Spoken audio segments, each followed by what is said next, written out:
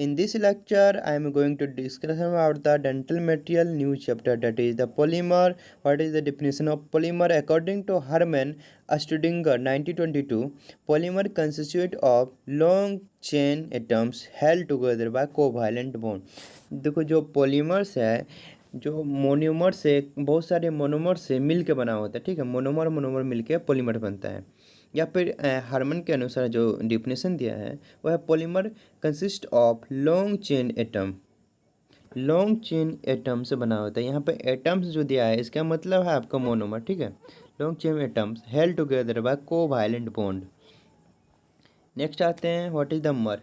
मर क्या है? एक यूनिट है। देखो मोनोमर सबका जो लास्ट में लगा रहता है, ठीक है। It is the ending representing the simplest repeating chemical structure unit from the which polymer is compose. जिस भी पॉलीमर कंपोज होता है उसका जो लास्ट का, जैसे कि मोनोमर से पॉलीमर कंपोज, जो मोनोमर से कंपोज उसमें उसका जो स्ट्रक्चर है, ठीक है, केमिकल स्ट्रक्चर, उसको ये शो करता है मर यूनिट। तो मोनोमर क्या है? यूनिट ऑफ पॉलीमर, यानी कि पॉलीमर जिससे बना होता है उसे मोनोमर बोलते हैं। A molecular which constructed the polymer called the monomer. Okay, next आते हैं हम कोपॉलीमर पर।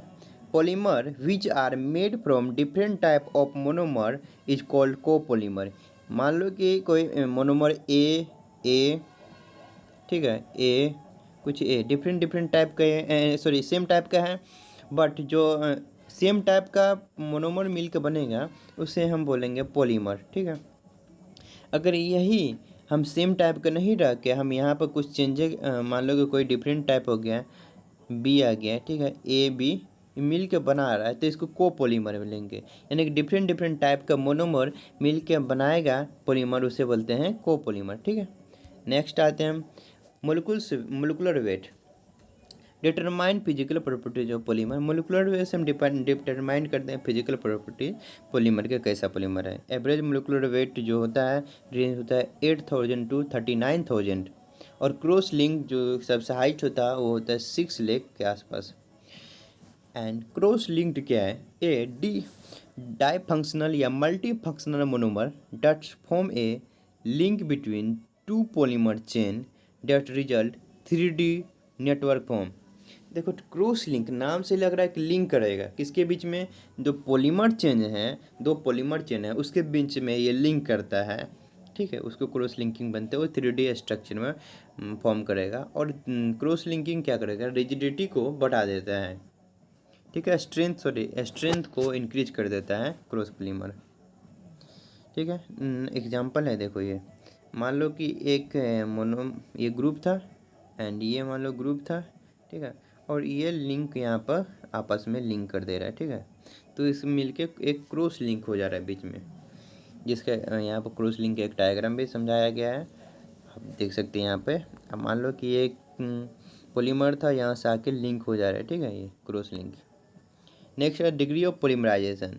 डिग्री ऑफ पोलीमराइजेशन का मतलब है total number of mer present in polymer, that is called degree of polymerisation. And high molecular weight of polymerisation then high the degree of polymerisation. अगर molecular weight polymerisation का ज़्यादा होगा यानी कि degree of polymerisation भी ज़्यादा होगा। Increase resin strength with increase in degree polymerisation. Resin का स्ट्रेंथ अगर हमको इंक्रीज करना है तो हमको इंक्रीज करना होगा polymerisation. Not until certain molecular weight is reached above this is no change।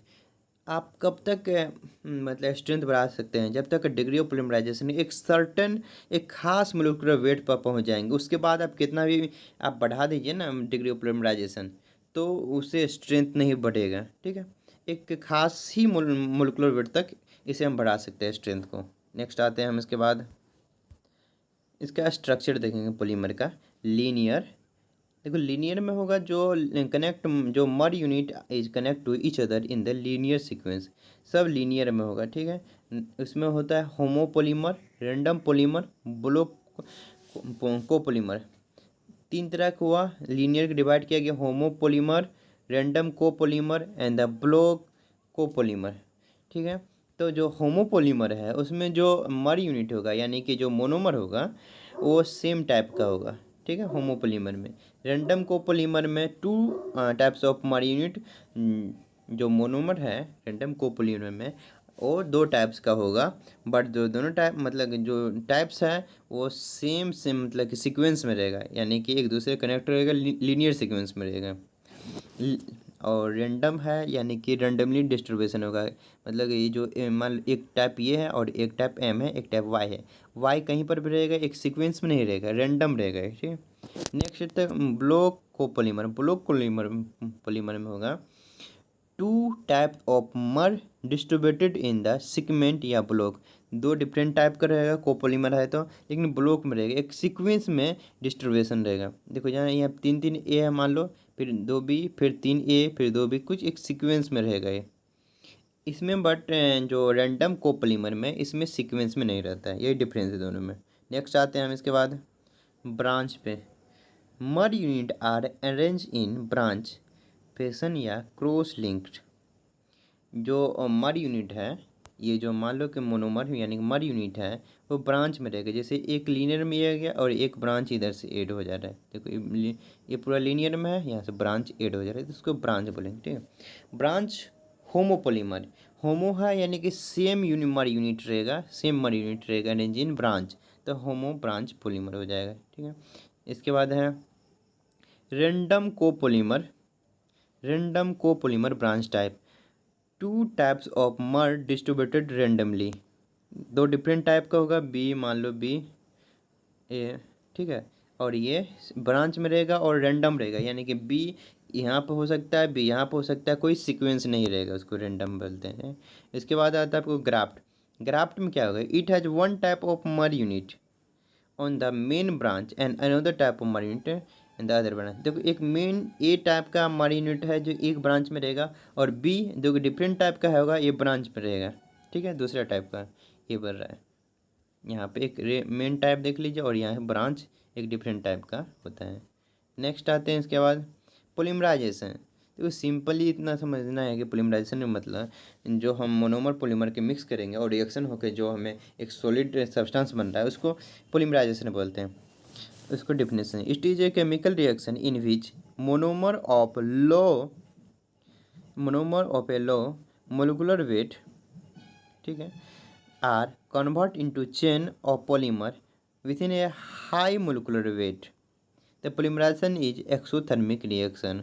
जब पोलीमराइजेशन होगा, पोलीमराइजेशन के दौरान हमें हीट निकलेगा, इसलिए एक्सोथर्मिक रिएक्शन बोलते हैं। एंड ओके, पोलीमराइजेशन हो गया। नेक्स्ट आते हैं कंडेंसेशन। पोलीमराइजेशन, इसका types of polymerisation reaction 2 types है, 2 बेसिक टाइप है पोलीमराइजेशन रिएक्शन का। एक कंडेंसेशन रिएक्शन, उसे पेन बता लेते हैं। कंडेंसेशन पोलीमराइजेशन यानी कि स्टेप ग्रोथ इसका है, it is a process in which 2 monomer react to form a large molecules and eliminate a small molecules usually water ammonia hydrogen chloride. देखो 2 मोनोमर मिलके रिएक्ट करेगा और फॉर्म करेगा एक लार्ज मोलिकुल्स, और एलिमिनेट होगा, स्मॉल मोलिकुल एलिमिनेट हो जाएगा और लार्ज मोलिकुल्स फॉर्म करेगा। जैसे कि एलिमिनेट होगा वाटर निकल सकता है, अमोनिया निकल सकता है, हाइड्रोजन और क्लोराइड, जो स्मॉल मोलिकुल्स है वो एलिमिनेट हो जाएगा, बाहर आ जाएगा, ठीक है। और जो लार्ज मोलिकुल है जैसे कि एमाइड वो फॉर्म होगा, जैसे कि एमाइन प्लस एसिड मिक्स किए, रिएक्ट किया और एमाइड बना, और वाटर जो कि स्मॉल मोलिकुल्स हैं, ठीक है।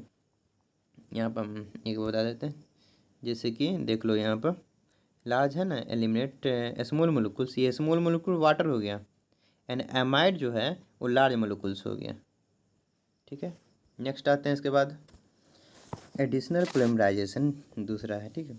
This is also called as a chain growth polymerisation. There is no change in chemical composition and no by product are form. देखो वहाँ पर जो आप उसमें देख रहे थे कंडेंसेशन में, तो उसमें देख रहे थे कि बाय प्रोडक्ट बन रहा था, यानी कि वाटर रिलीज हो रहा था, ठीक। बट इसमें कोई बाय प्रोडक्ट नहीं बनेगा, ना ही कोई केमिकल कंपोजिशन चेंज होगा। In this type of polymers the structure of monomer is repeated many times in the polymers. Next आते chemical stage of polymerisation. This is occurs in 4 stage. Induction stage, पहला stage induction stage, दूसरा stage आपको propagation, तीसरा termination stage, और चौथा है chain transfer stage. Okay, इन stage के बारे में हम डिटेल में अभी बात करेंगे। Induction stage, in this period the molecules of the initiator becomes energized या activated and start to transfer energy to the monomer। देखो जो इंडक्शन स्टेज है, ये इनिशियल स्टेज है पोलीमराइजेशन का, पहला स्टेप होगा इंडक्शन स्टेज। इसमें क्या होगा, जो हमारा मोलिकुल्स हैं मोनोमर्स यानी कि जो भी मोलिकुल्स हैं उसको एनर्जी चाहिए, मतलब कि स्टार्ट करने के लिए, क्या बोलते हैं, रिएक्शन स्टार्ट करने के लिए, जिसके लिए हमें फ्री रेडिकल, एनर्जी के रूप में हमें फ्री रेडिकल चाहिए। ठीक है, फ्री रेडिकल क्या करेगा, एक्टिवेट कर देते हैं, start to transfer the energy to the monomer. Okay, monomer को, इसके लिए हम फ्री रेडिकल चाहिए, पहला स्टेप यही बोलता है। इनिशिएशन एनर्जी होना चाहिए होगा 16,000 to 29 कैलोरी पर molecules in the liquid phase. Okay, अब हीट करने के लिए जो हमें एनर्जी चाहिए वो मिलता है हमें तीन टाइप से, हीट एक्टिवेशन से, केमिकल एक्टिवेशन से एंड लाइट एक्टिवेशन से। What is the heat activation?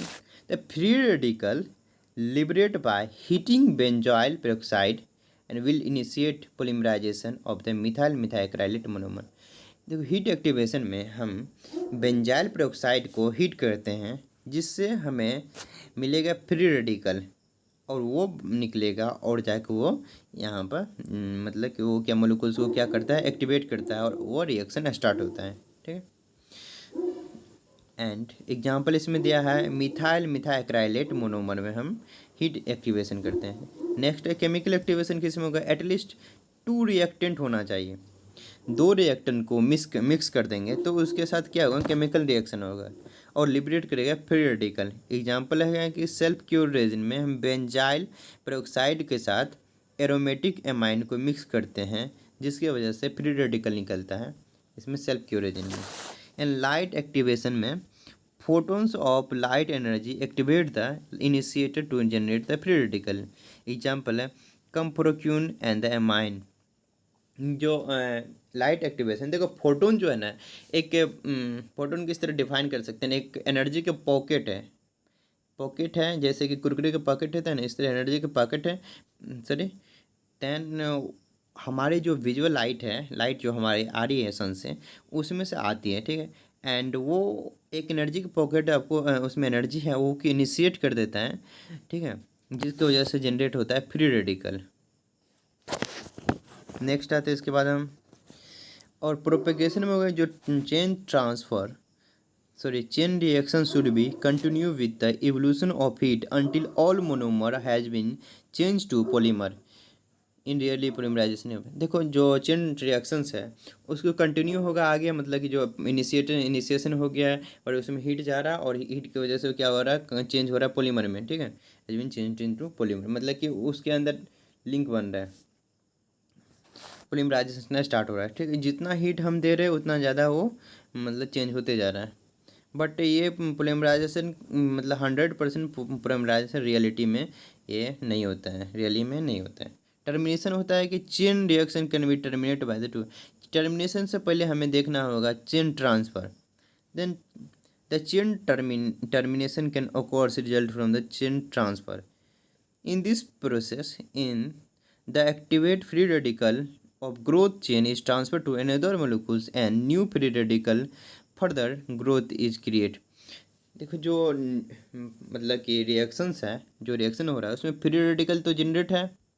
आपको बता, मान लो यहाँ पर ए दो मतलब मोनोमर है और यहाँ पर कोई मोनोमर है, मान लो बी हम सपोज मान लिए। ठीक है, हम कलर बदल देते हैं, तो इस पर फ्री रेडिकल है। ठीक है, ये रिएक्शन कर रहा है ये लोग अपना, बट ये यहाँ पर रिएक्शन नहीं हो रहा है बी पर, और ये क्या करता है ना, अपना फ्री रेडिकल यहाँ दे देता है। जब यहाँ पर फ्री रेडिकल होगा तो ये भी रिएक्शन करना स्टार्ट हो जाता है। ठीक है, यही बोलना चाह रहा है चेन ट्रांसफर में, इसके पास न्यू न्यूक्लियस बनेगा और ये रिएक्शन स्टार्ट कर देगा। अब आते हैं टर्मिनेशन। अब चेन टर्मिनेशन होना उसके बाद, ठीक है, chain reaction are terminated by दो type of direct coupling of two chain end. तो दो चेन है, यहाँ पर फ्री रेडिकल है, यहाँ पर फ्री रेडिकल है। आपको पता है फ्री रेडिकल में रहता है ये ऐसे कि मिलेगा, एक बॉन्ड बना देता है, इसी तरह ये दोनों बॉन्ड बना के यहाँ पर समाप्त होगा, ओके हो जाएगा। ठीक है, नेक्स्ट नहीं होगा, पॉलीमराइजेशन रुक जाएगा। दूसरा है कि exchange of hydrogen atom from one growing chain to another. मान लो दो चेन बना है और यहाँ पर हाइड्रोजन एटम का एक्सचेंज हो जा रहा है, तो यहाँ पर आके एक बॉन्ड बना देगा, जिसके वजह से ये चेन स्टॉप हो जाएगा। नेक्स्ट आते हैं, उसके बाद हम एडिशनल हो गया, एक्टिवेशन हो गया, प्लास्टिसाइजर क्या है। These are substances to add resin to increase the solubility of the polymer in the monomer। Monomer में पॉलीमर का solubility इंक्रीज करने के लिए करते हैं, बट इसका क्या होता है, डिक्रीज द ब्रिटलनेस। और इसका एक और बेनिफिट है, ब्रिटलनेस को डिक्रीज कर देगा पॉलीमर का, बट ये स्ट्रेंथ को भी डिक्रीज कर देगा, हार्डनेस और द सॉफ्टनिंग पॉइंट को भी। इसका दो टाइप है, एक्सटर्नल और इंटरनल। एक्सटर्नल और internal, it penetrate between the macromolecules and neutralize the secondary bond intermolecular force, insoluble in the boiling compound। It is not widely used due to the evaporate during the normal use of the resin। इसको ज़्यादातर use नहीं किया जाता है external plasticiser, क्योंकि जो हम use करते हैं दौरान ये इवेपोरेट हो जाता है। और बोलता है कि दो मैक्रोमोलिक्यूल को ये पेनिट्रेट कर देता है और न्यूट्रलाइज कर देता है सेकेंडरी बॉन्ड या इंटरमोलिकुलर फोर्स को। इससे क्या होगा, आपको मान लो दो बॉन्ड है, ठीक है, ये दो बॉन्ड को न्यूट्रलाइज कर दिया, तो ऑफकोर्स उसका जो सोलिबिलिटी है बढ़ेगा और जो स्ट्रेंथ है वो कम हो जाएगा। जो मान लो दो फोर्स है, इसके बीच के मान लो बॉन्ड को ये तोड़ दे रहा है, ठीक है, जिसके वजह से क्या होगा, दो मोलिक्यूल के बीच का जो स्ट्रेंथ था पहले वो कम हो जाएगा। इसी का इसके ऊपर वाला लाइन में देखिए, आपको लिखा है कि decrease the strength, okay, due to the, यहाँ देखिए सेकेंडरी बॉन्ड के कारण यहाँ पे न्यूट्रलाइज कर देता है बॉन्ड को, जिसकी वजह से होता है। एंड नेक्स्ट है insoluble in boiling compound, it is not widely use to the evaporate. ये तो हो चुका है। इंटरनल में है कि part of the polymer, it is the done by the copolymerisation with suitable comonomer. इसके बाद आते हैं हम classification of denture base resin. इसको डिवाइड किया गया आपको metallic, non metallic, temporary, permanent में। जो मेटालिक है cobalt, chromium, gold, yellow, aluminium and the stainless steel, titanium. Non metallic में acrylic resin, vinyl resin. And temporary में सेल्फ क्योर एक्राइलिक रेजिन, सिलिक base plate, hard base plate wax. And permanent में हो जाएगा आपको heat cure dental resin, light cure resin, pour type, injection moulded resin and the metallic base. सब के बारे में हम धीरे धीरे बात करेंगे। आईसो क्लासिफिकेशन आप देख लीजिए, type 1, type 2 and okay, type 1 and type 2 divide किया गया है इसे। इसमें हीट पोलिमराइजेशन पॉलीमर जिसमें आता है क्लास 1, क्लास 2, क्लास 1 में powder and liquid and class 2 में होता है plastic cake. Auto polymerisation polymer जिसमें क्लास 1, क्लास 2, क्लास 3, क्लास 4 आएगा। क्लास 1 मतलब पाउडर एंड लिक्विड, क्लास 2 मतलब powder and liquid for the pour type resin, and class 3 thermoplastic blank and powder, class 4 light activated material. ठीक है, हम यहाँ पर classification तक ही इस वीडियो में देखेंगे। नेक्स्ट का हम इसका दूसरा पार्ट बनाएंगे। अगर आपको अच्छा लगे तो लाइक और सब्सक्राइब कर दीजिएगा। अगर कुछ कमी रहे तो प्लीज़ कमेंट करके हमें बताइएगा। Thank you for this watching this video.